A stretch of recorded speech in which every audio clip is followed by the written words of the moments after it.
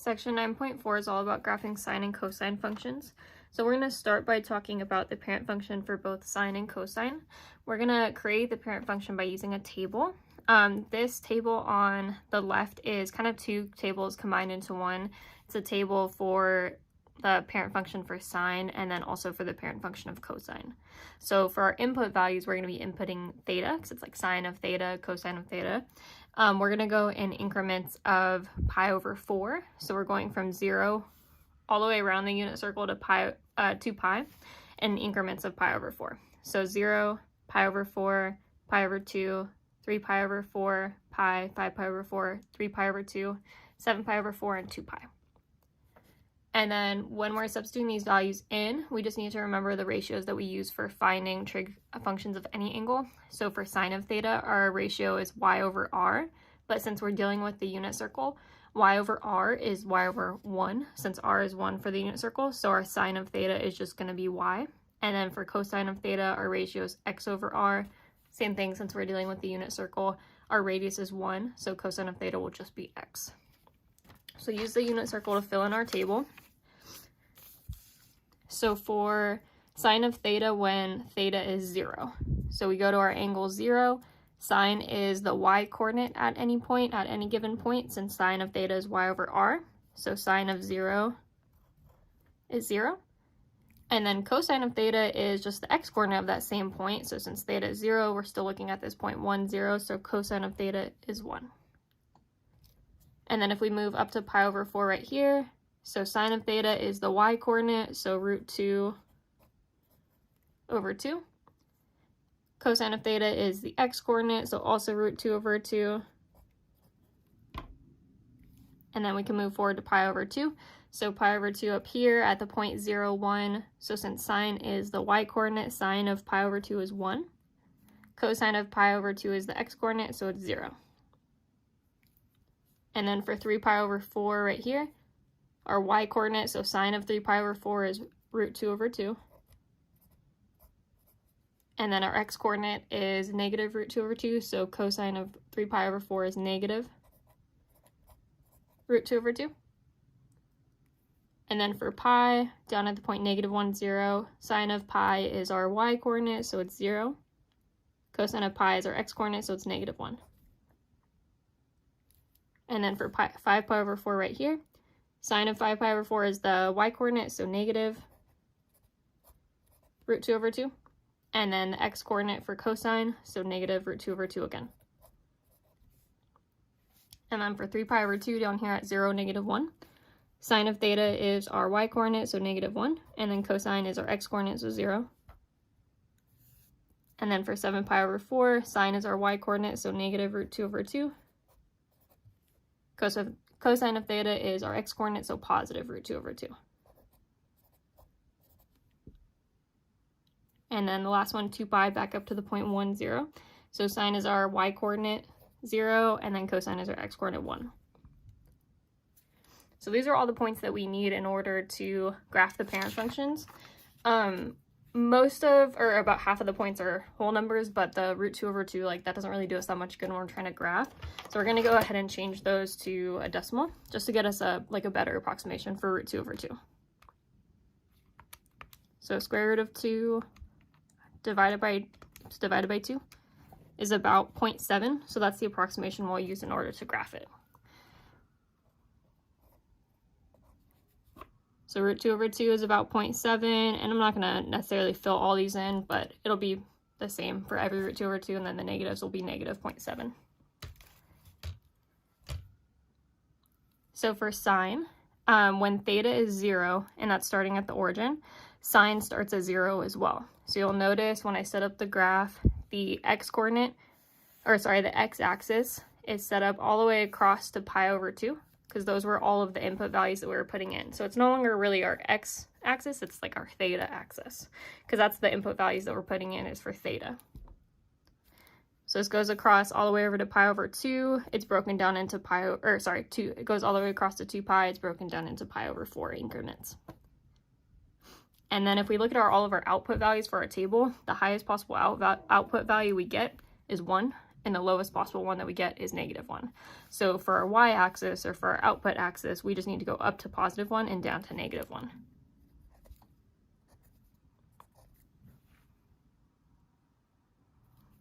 So for sine of 0, we get an output of 0. So that means that our first point for our sine of theta graph is just 0, 0. And then for sine of theta, when theta is pi over 4, we get out 0.7. So we can go over to pi over 4 and up to about 0.7. And it doesn't have to be perfect, it's just an approximation.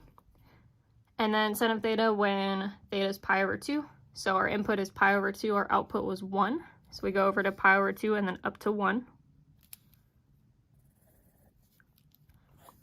And then sine of theta when theta is 3 pi over 4, so we're going over to 3 pi over 4. Our output was root 2 over 2, but we know that that was about 0.7. So 3 pi over 4 and then 0.7. And then when we input pi for theta, we get out 0. So when we go over to pi, our point is pi comma 0. And then when we input 5 pi over 4, we get out negative root 2 over 2, so about negative 0.7. So 5 pi over 4 and then about negative 0.7. And then when we input 3 pi over 2, we get out negative 1. So 3 pi over 2, negative 1.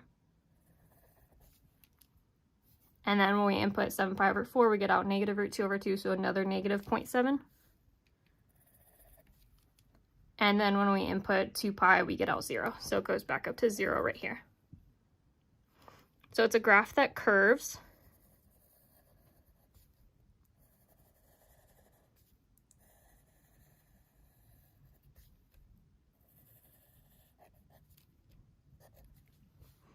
And then there's definitely some more vocabulary that we'll go over about different aspects of this graph once we get into the more like written notes. But this is the parent function for sine of theta, or y equals sine of theta. And we'll graph different functions based on this parent function. So just transformations from the parent function.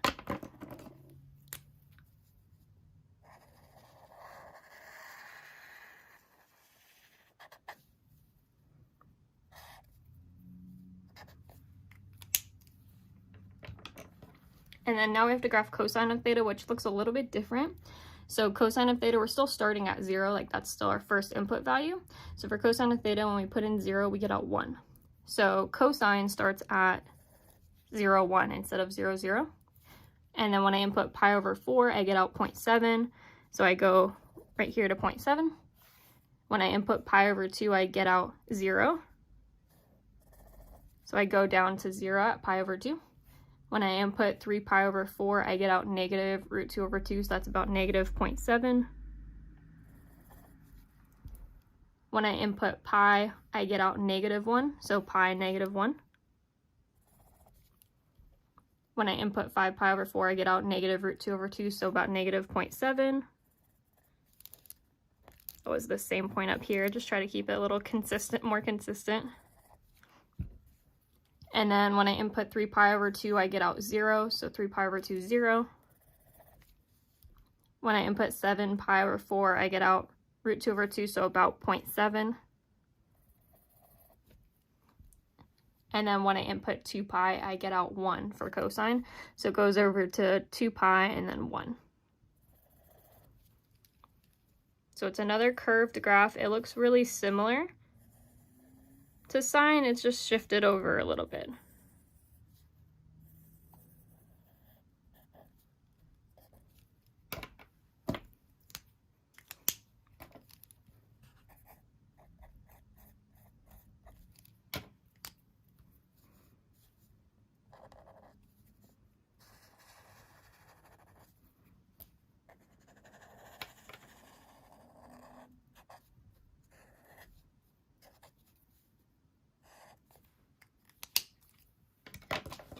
So those are the two parent functions. The pink is for sine, the blue is for cosine.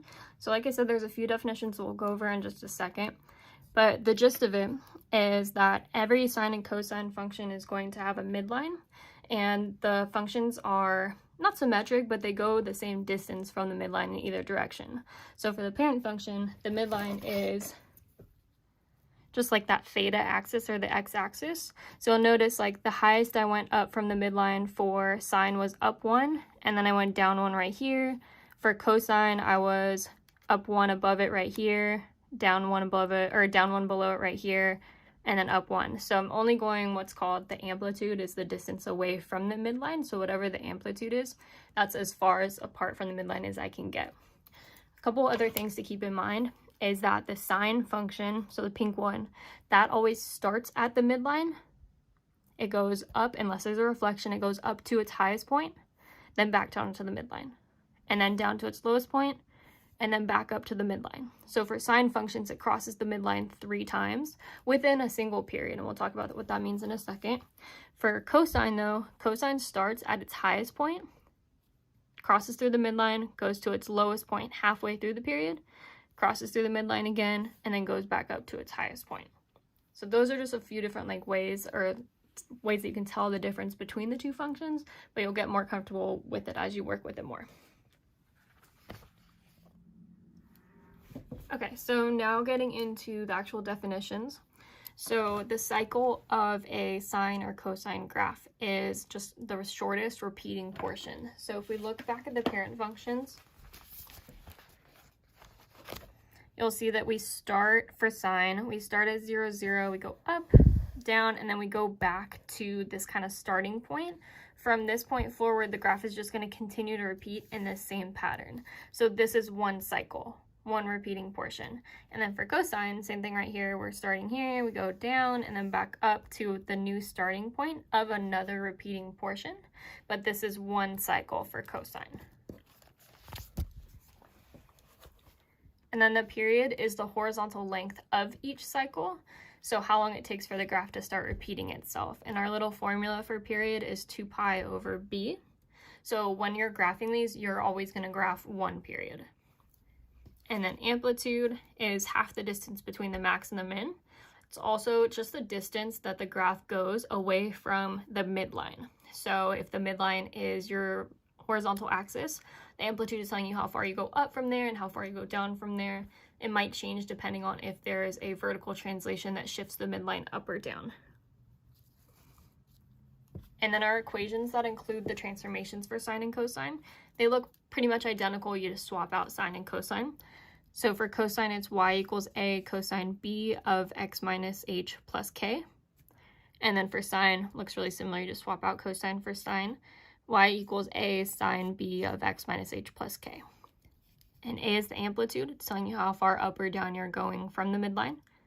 B helps you find the period. It's not the actual period itself, but you'll take b and plug that into 2 pi over b to find the period, which is the length of the graph that you're going to need to draw.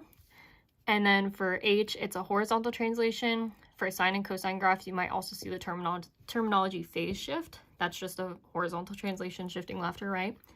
And then for k, it's a vertical translation. That's also shifting the midline up or down.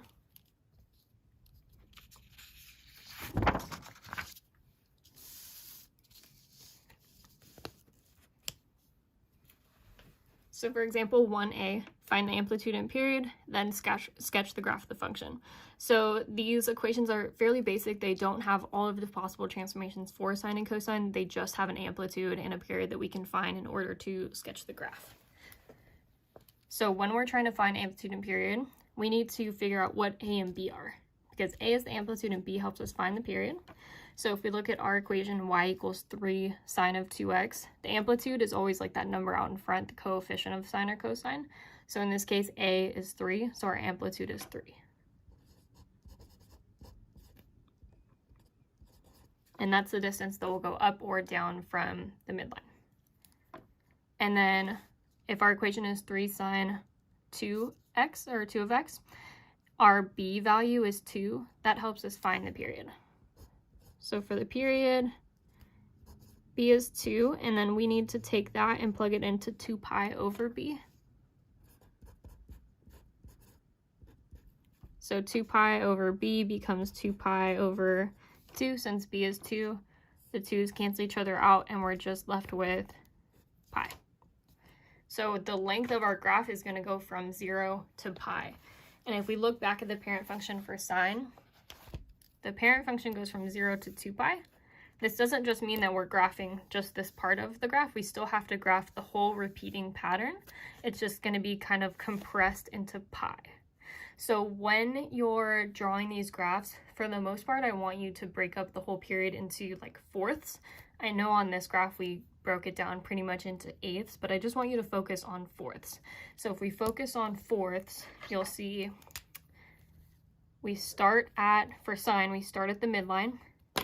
We go up to a maximum. We go down back to the midline. And then we go down to a minimum and back up to the midline. So this is our fourths, 1, 2, 3, 4. So 4 sections, but you'll need like 5 different increments of points to create those 4 sections. So if our period is pi, that means that we're going to go from 0, the origin, over to pi. That's the furthest distance that we need to go.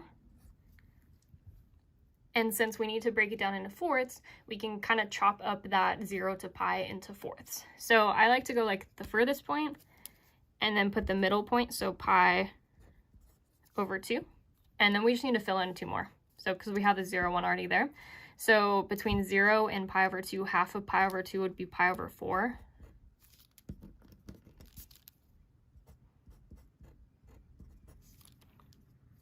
And then halfway between pi over 2 and pi would be 3 pi over 4.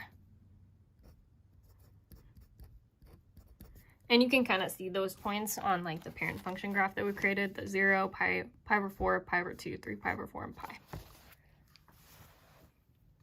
And then we also need to label the vertical axis.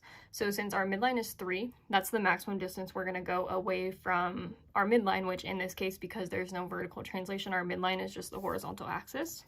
So since the amplitude is 3, we need to go up to +3 and then also down to -3.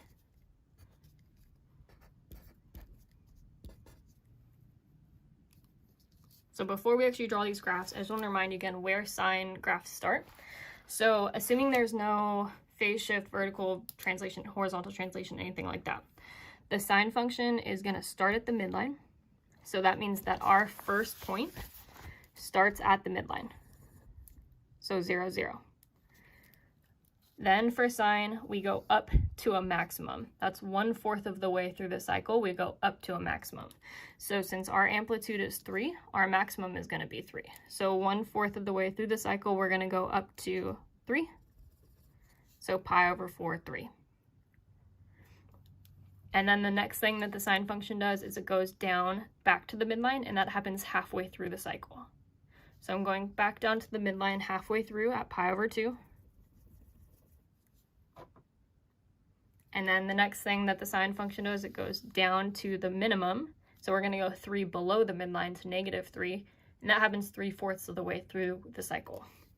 So down to 3/4 over, or sorry, 3 pi over 4. We're going to go down to our minimum at -3. And then the last thing that the sine function does is it goes back up to the midline at pi, since our period was pi. And then this is one repeating cycle. So we can connect to these points.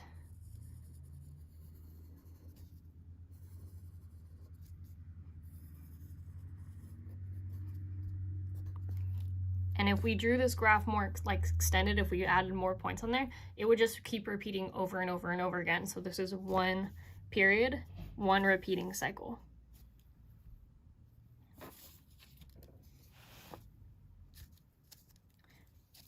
And then for domain and range,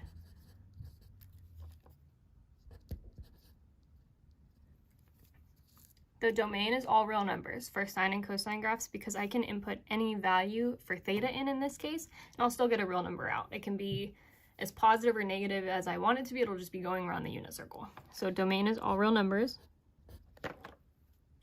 And then for range,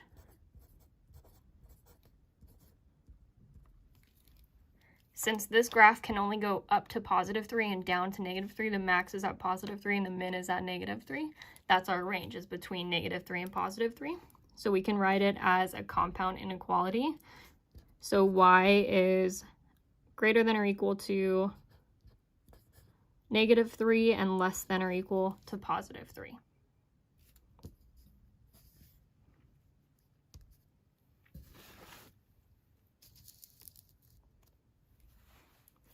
So for the next graph, B, or example B, is g of x equals 2 cosine pi of x. So now we have a cosine graph. We first want to figure out what amplitude and period are again, and then we can kind of set up our axes. So amplitude is that coefficient out in front. So in this case, our amplitude is 2.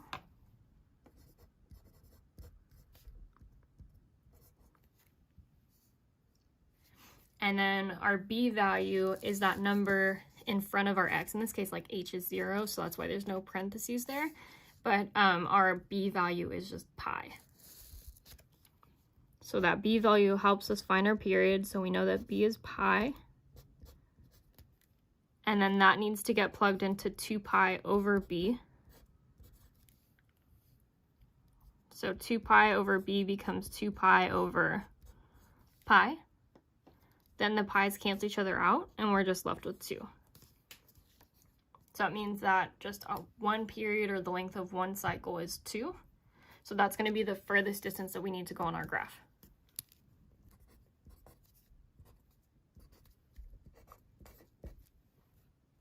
So when we set up our horizontal axis, the furthest point I'll go is 2.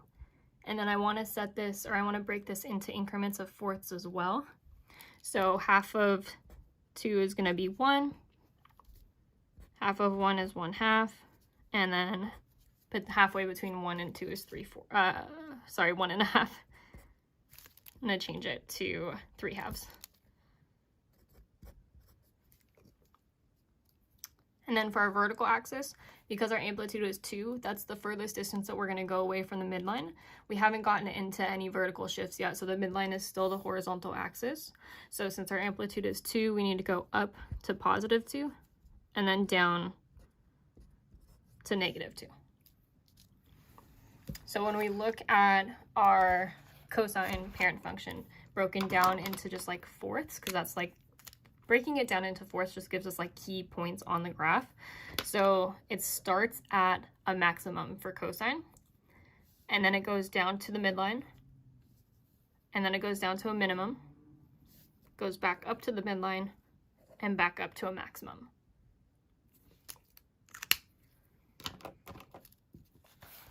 So for this function, for cosine, we're going to start at the maximum, and our amplitude is 2, so our maximum is 2. And then 1/4 of the way through, we go to the midline.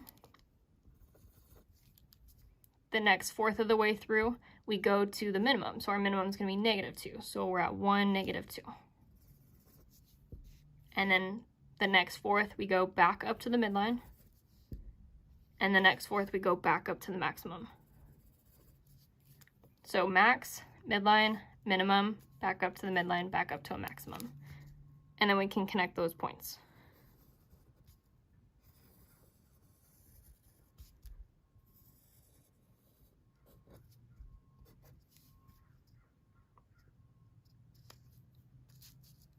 And then for domain and range, domain is still all real numbers because I can input any value that I want for theta in and still get a real number out.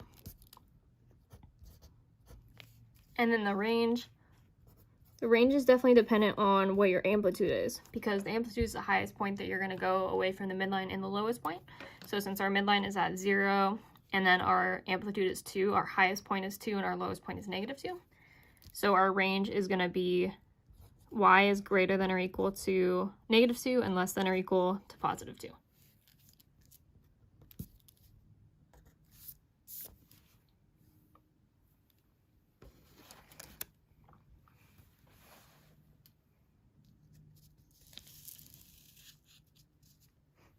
So for example 2, find the amplitude, period, phase shift, and midline, and then sketch a graph of the function. So we're getting into more transformations for these examples. So we just need to find a few different things, and then as far as setting up our graph, it might take 1 or 2 extra steps. So for C, g of x equals 3 sine 1/2 of x plus 2. So we know that that number out in front is our amplitude. So our amplitude is 3. And then we know that that number, like that's right before the x, like sine 1/2, that 1/2 value is our b. So to find the period, say b is 1/2, and then we're substituting that into 2 pi over b, so 2 pi over 1/2, and then 2 pi divided by 1/2 is like, think divided by a fraction, you multiply by the reciprocal, so 2 pi divided by 1/2 is 4 pi. So our period is 4 pi. Since there's no number being added or subtracted from x, that would be the h. So since there's no value for h there, there's no phase shift.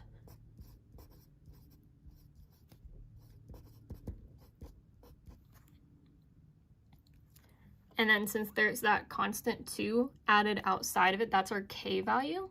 So that means that we've shifted the graph up 2. So that means that our midline has shifted up to y equals 2.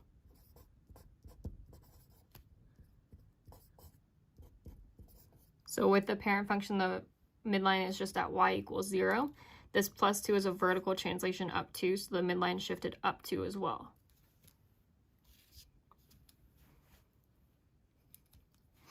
Okay, so when we're setting up our axes, for the horizontal axis, our period is 4 pi. So that's the furthest, and I have no phase shift. So that's the furthest over I need to go is 4 pi. And then to kind of get my key points, my max, my mins, I just need to separate one period into fourths. So half of 4 pi is going to be 2 pi. Half of 2 pi is 1 pi. And then halfway between 2 pi and 4 pi is 3 pi.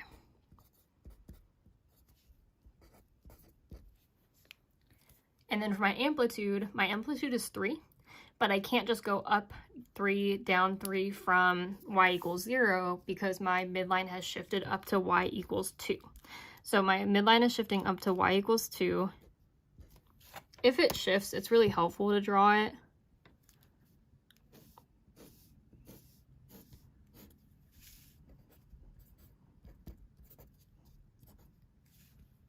And then my amplitude is the distance that my graph is going to go away from the midline itself. So if I'm going up 3 from the midline, I have to go up 1, 2, 3 to 5. And then I need to go down 1, 2, 3 to -1. And then when I go to graph it, this is a sine function. So you have to remember with sine functions start at the midline, go up to a maximum, go back down to the midline, down to a minimum, back up to the midline. So since it's sine, I'm going to start at the midline at 0, 2. I'm going to go 1/4 of the way over. I'm going to go up to the maximum, which if I'm going up 3 from the midline, the maximum is going to be at pi, 5. And then 1/4 of the way over, halfway through the cycle, I'm going back down to the midline. Another 1/4 of the way over, I'm going to go down to the minimum, which is at -1 because I'm going down 3 from the midline. And then I have to go back up to the midline to end the period. So starting at the midline up to a max, back down to the midline, down to a min, and then back up to the midline to start over.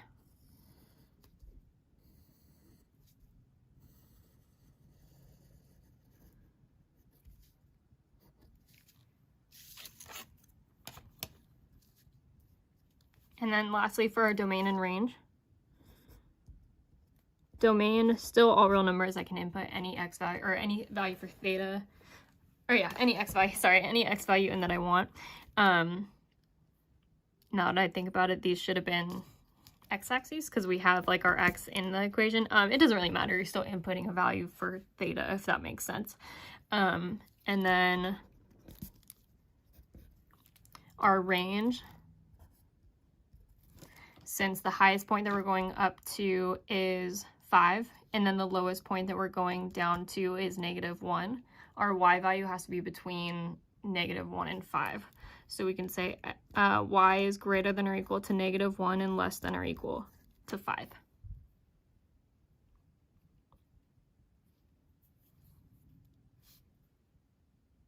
And then just to kind of backtrack a little, just in case that was a little bit confusing, you might see like sine functions or cosine functions with either x or theta. Just know that they're interchangeable. Whatever's there, that ends up being the horizontal axis. And then for D, h of x equals 5 cosine of x minus pi. So first we'll find our amplitude. That's always the coefficient out in front. So our amplitude is 5. We don't have like a number out in front of the x or right after the cosine, in between cosine and x or anything like that. And so that means that b is 1. So to find the period, we know that b equals 1. So if we plug that into 2 pi over b, that just becomes 2 pi over 1. So our period is 2 pi.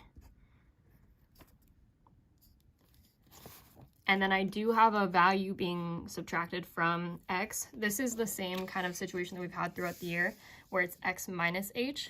So since it's x minus pi, that means that we're shifting pi to the right.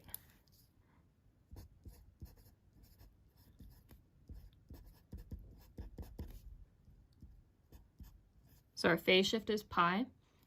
And then since we don't have anything added after that pi minus or x minus pi in parentheses, there's no vertical shift. So the midline is still at y equals 0.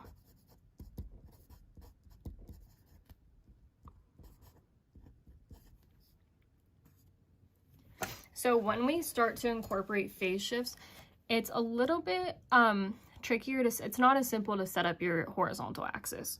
So when we're going to set up our horizontal axis, we know that our period is 2 pi, so typically like that would be the furthest that we would go.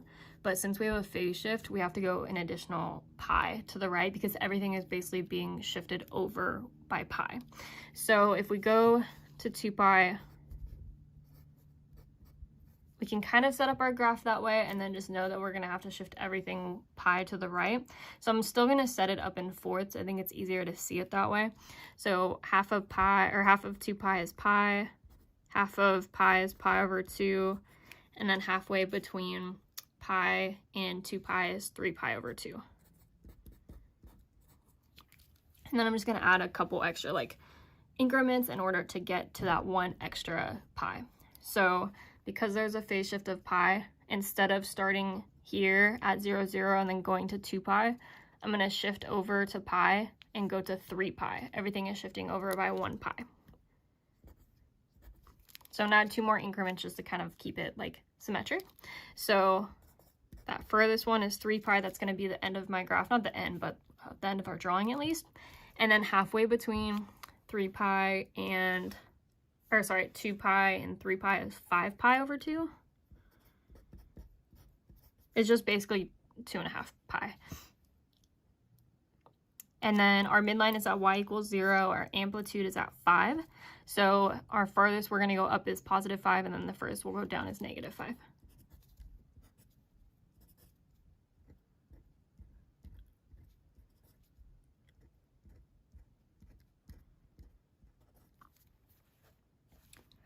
And then this is a cosine graph. So just to kind of remember where cosine graphs start. Cosine is the blue one. So it starts at a maximum, and then it goes down to the midline, then down to a minimum, back up to the midline, back up to a maximum. So if there were no phase shift, we would start right here at the maximum. But since there's a phase shift of pi, that means everything is shifting pi to the right. So instead of starting at 0, 5, we're starting at pi 5. And then now this is going to be my entire period. It's still broken down into fourths because we added these 2 increments right here. So 1, 2, 3, 4. So we started at our max. We're going to go down to the midline. So for the next fourth, at 3 pi over 2 and then 0. And then next fourth of way over halfway through the cycle, we're going to go down to our minimum. So 2 pi and then negative 5. And then the next way, or the next fourth over, we're going to go back up to the midline. And then to finish the cycle or the period, we're going to go back up to the maximum for cosine. So starting at the max, going down to the midline, down to the minimum, back up to the midline, back up to the max.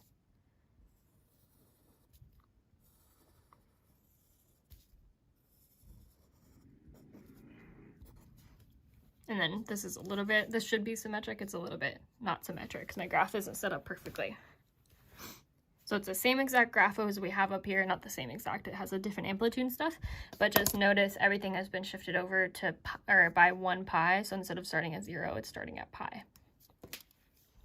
And then domain, still all real numbers because like this graph is going to continue in both positive and negative directions forever. And then the range, the highest point that it's going to go up to, the maximum is 5 and the minimum is -5. So y is greater than or equal to -5 and less than or equal to +5.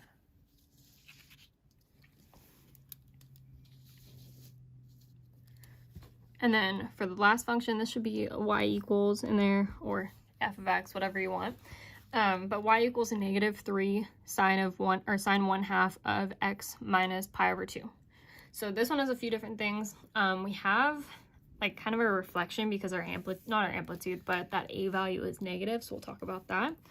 But we know that our amplitude is always the number out in front. So our amplitude in this case is -3. So that just means instead of going down or going up to our maximum first to start off, we'll go down to our minimum first. Everything is just reflected.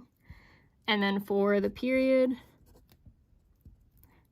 b is 1/2. It's that value between sine and x. So if I substitute that into 2 pi over b, that becomes 2 pi over 1/2. And then 2 pi divided by 1/2 is like, instead of dividing by a fraction, multiply by the reciprocal, so it's like 2 pi times 2. So it becomes 4 pi. And then I have this value being subtracted from x, so that means that we have a phase shift. So our phase shift is pi over 2. And then we don't have any number being added after those parentheses, so our midline is still at y equals 0.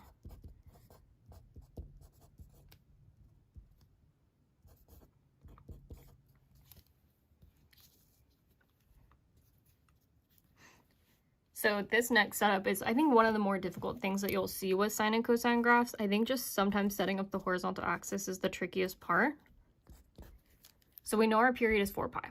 So we can set up like as if we were going to graph something with a period, or we are graphing something with a period of 4 pi, but we can set it up as if we didn't have a phase shift at first, and then I think it's easier just to create the shift after that. So 4 pi, and then if I break that down into fourths, it's 2 pi, 1 pi, and then 3 pi. However, this function has a phase shift that's pi over 2. So pi over 2 is just, it's half a pi, so we're basically shifting everything over by half. If this is 1, 2, 3, 4, we're shifting everything over by half. So the furthest that we're going to go is, instead of 4 pi, instead of 4 pi, it would be 4 pi, or 4.5 pi basically. It's like 9 pi over 4. I think it's almost trickier to like add in all of the like quarter fractions or half fractions. So you don't actually need to label them if you don't want to. Just know that we're going to shift everything over by a half, so we can just add in these little like half increments to each value. If you want to label one of them, you can. So pi over 2, this would be like 1.5, 2.5, 3.5, 4.5. So everything's shifting over by a half basically. And then for amplitude, it's -3. So the total distance is that we're going to be going from the midline is just +3, -3, or 3 up and 3 down. So we'll label our y-axis up to 3 and then down to -3. So this is a sine graph. So I know I show it every time, but it's important to kind of remember where they start. I think that's one of the biggest things here. So sine is going to start at the midline. Usually it would go up to a maximum, but since the amplitude is -3, there's a reflection. So instead of starting at the midline and going up to the maximum, we're going to start at the midline and go down to the minimum, and then midline, maximum, midline. So everything has gotten flipped over. So we'll start at, instead of at 0, 0, there's a phase shift over to pi over 2, and we're going to start at the midline at pi over 2. And then we want to go up to the, or sorry, down to the minimum, so we're kind of like our first marking point, 1/4 of the way through the period. So this is where it's like, I get it, like this is kind of tricky because we have these different like increments in here, but just shift, or think instead of going from like 0 to pi to 2 pi to 3 pi to 4 pi, everything's just going over like to the next like half increment. So instead of from pi over 2, we're going to go over to here to 3 pi over 2. So like we're going from half to 1.5, and that'll go down to the minimum. And then instead of going from 0 pi, 2 pi, 3 pi, 4 pi, we're going from half to 1.5 to 2.5 to 3.5 to 4.5. So we went down to the minimum. We're going to go back up to the midline at 2.5, and then we have to go up to the maximum for 3.5. And then we'll finish down back at the midline at 4.5. And then we can connect those points.